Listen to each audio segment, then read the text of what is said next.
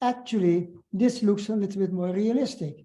Maybe the energy level spectrum of our universe is as complicated as this. So when you see an energy spectrum as complicated as this, you might have the idea, let's try to just disentangle them. Maybe what I'm looking at is just a whole collection of these equally spaced energy levels. In that case, my model is actually one of these. So I hope this is very clear, because this is an important next step that I've been making. I take a model where you don't have a single row of states, but you have very many of them. Then the energy spectrum starts to look like this. That's the short message that comes out of this exercise. And you can go into more mathematical steps. However, in all these cases, the Hamiltonian is periodic in energy. If I go back to the previous state here, you look carefully that here you encounter the same energy level as here. If you have a discrete clock, then this state here is the same as that state there.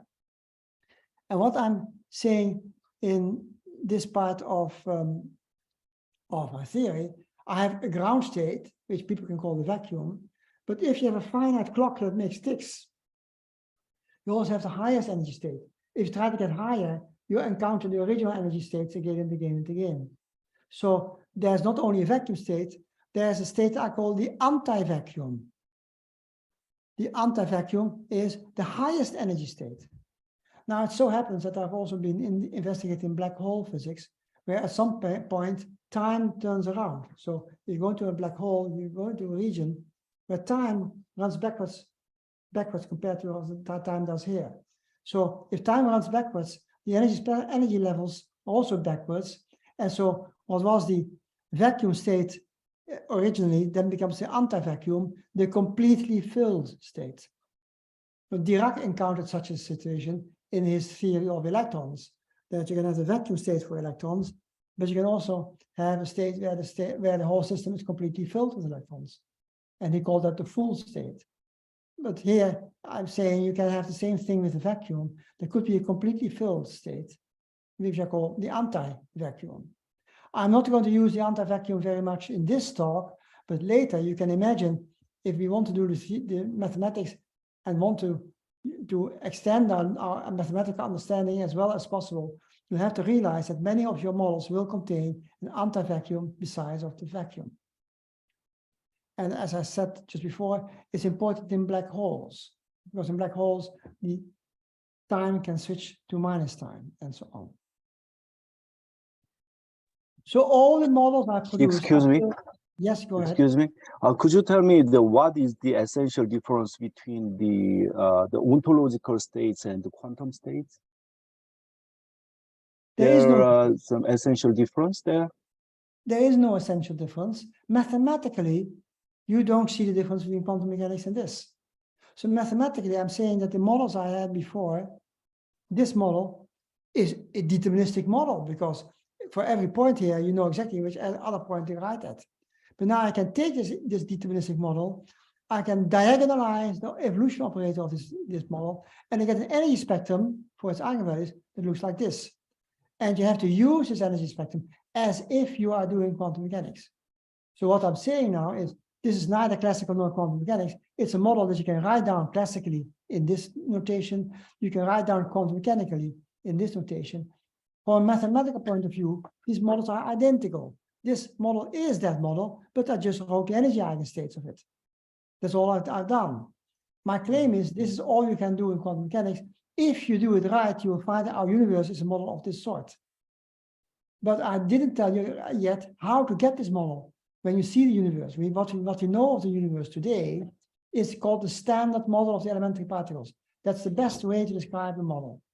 If you add to that some theory of gravity, you're done. But we have a difficulty, as you know, with adding gravity to everybody's satisfaction in that model. So we don't know that.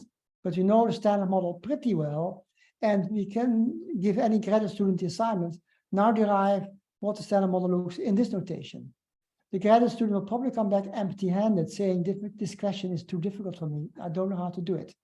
No, I'm investigating the question. It is very, very difficult to do this.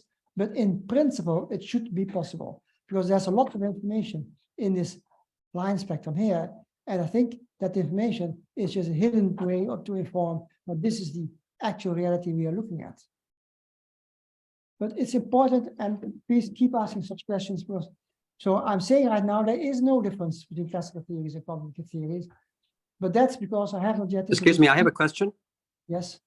Could you go back to the previous page? Yes.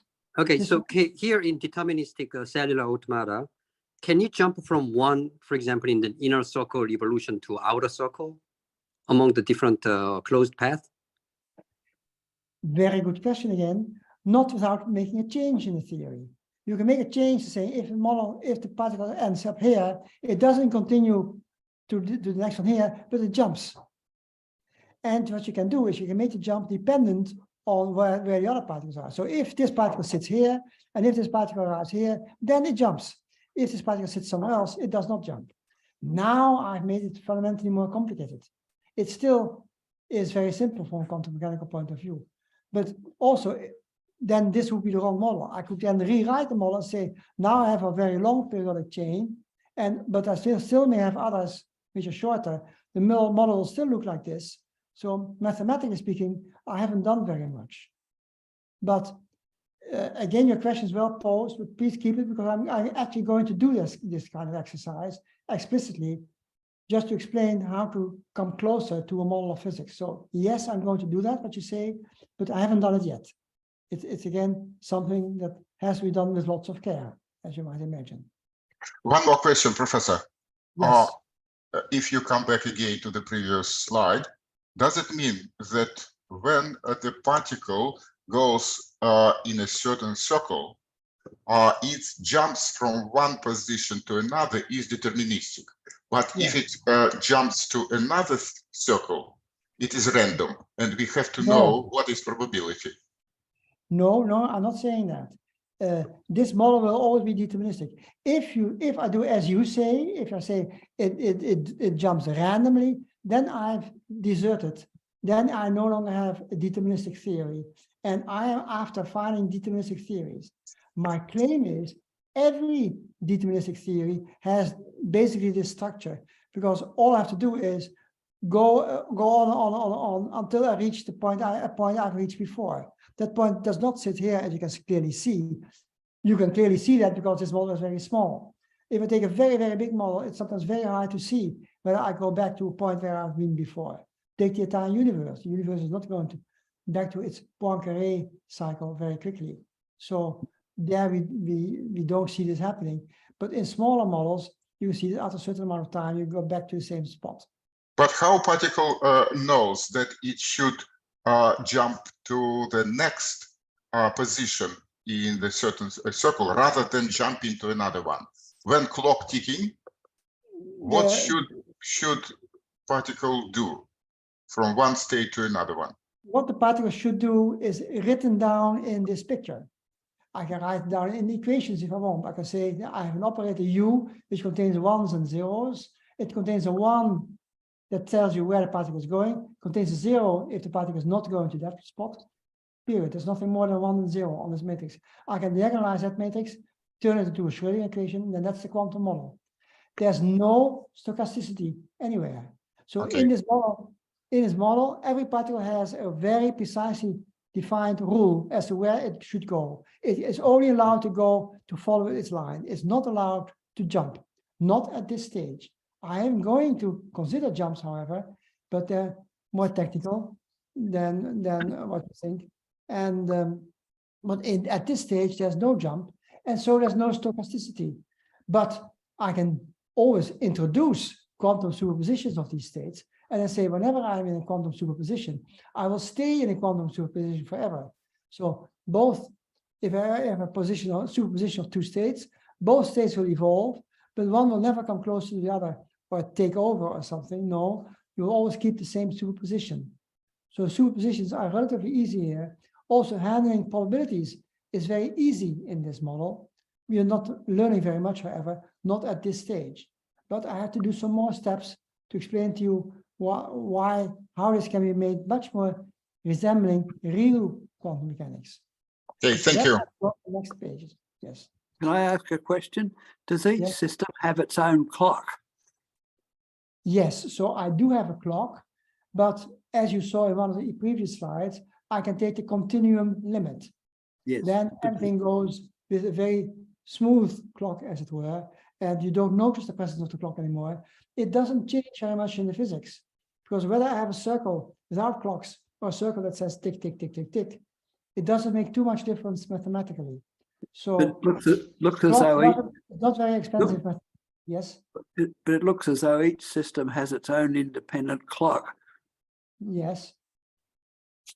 It has a clock, and but if you can now start to complain about general relativity, and that's a very well taken observation, that in general relativity it seems there's no exterior clock, there's only an intrinsic clock that Yes. the theory evolves into itself.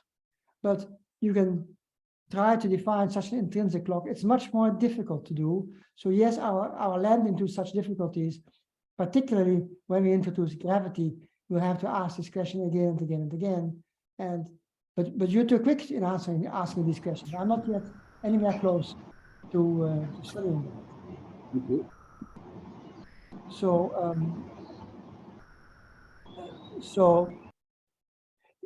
this is actually the question that you already have been asking. Can we mimic genuine quantum mechanics, the real quantum thing, like the real Schrödinger equation for a particle in a box or something like that? Can we do that? The answer is yes, but it is not easy. So suppose that we want to understand a particle in a box or a particle in a harmonic oscillator. Well, when the particle sits in a harmonic oscillator, yes, then we can use exactly this one single circle. When a particle sits in a box, it hits against the walls, its periodicity can vary, and my situation now becomes a lot more complicated. And then the question is legitimate: can I turn this into a quantum model? And the answer, yes, but it's quite a bit more complicated. And now I'm going to add an ingredient that brings me back to ordinary quantum mechanics in a much more imaginative way. I'm going to introduce a background. Well, originally that was against the rule, but let's assume that the background also follows the rule. So the background is deterministic, but in contrast with the rest of the theory, it is very fast. So the background has its own clock, and that clock is much, much faster than the clocks that I'll eventually be interested in. So that's like looking at a television screen with black noise, but the black noise is going as fast as the electronics of the television set can follow. So you see so much blinking that it looks like gray instead of black or white. It doesn't look black, it doesn't look white, it looks gray because the blinking goes so fast that you cannot follow. Now that is a theory that already is going to look like quantum mechanics a lot more than what I had before. So now let's look at that. And then I'm going to look at the energy eigenstates of this system. That's quite a big step, you have to imagine, but this is a theory with fast fluctuating variables. I have to speed up my talk a little bit because I want to reach the final stages. I'm not going very fast. So I'm going to skip over some of these arguments, but as I said in this transparency, there's a white noise is going to be added to it. Now, this is more like a genuine cellular automaton. If you make an arbitrary cellular automaton, you have an arbitrary evolution law, you'll see it blink also very fast, as if it has white noise in its vacuum state. My claim is then you really get quantum mechanics as you know it, including the stochastic behavior.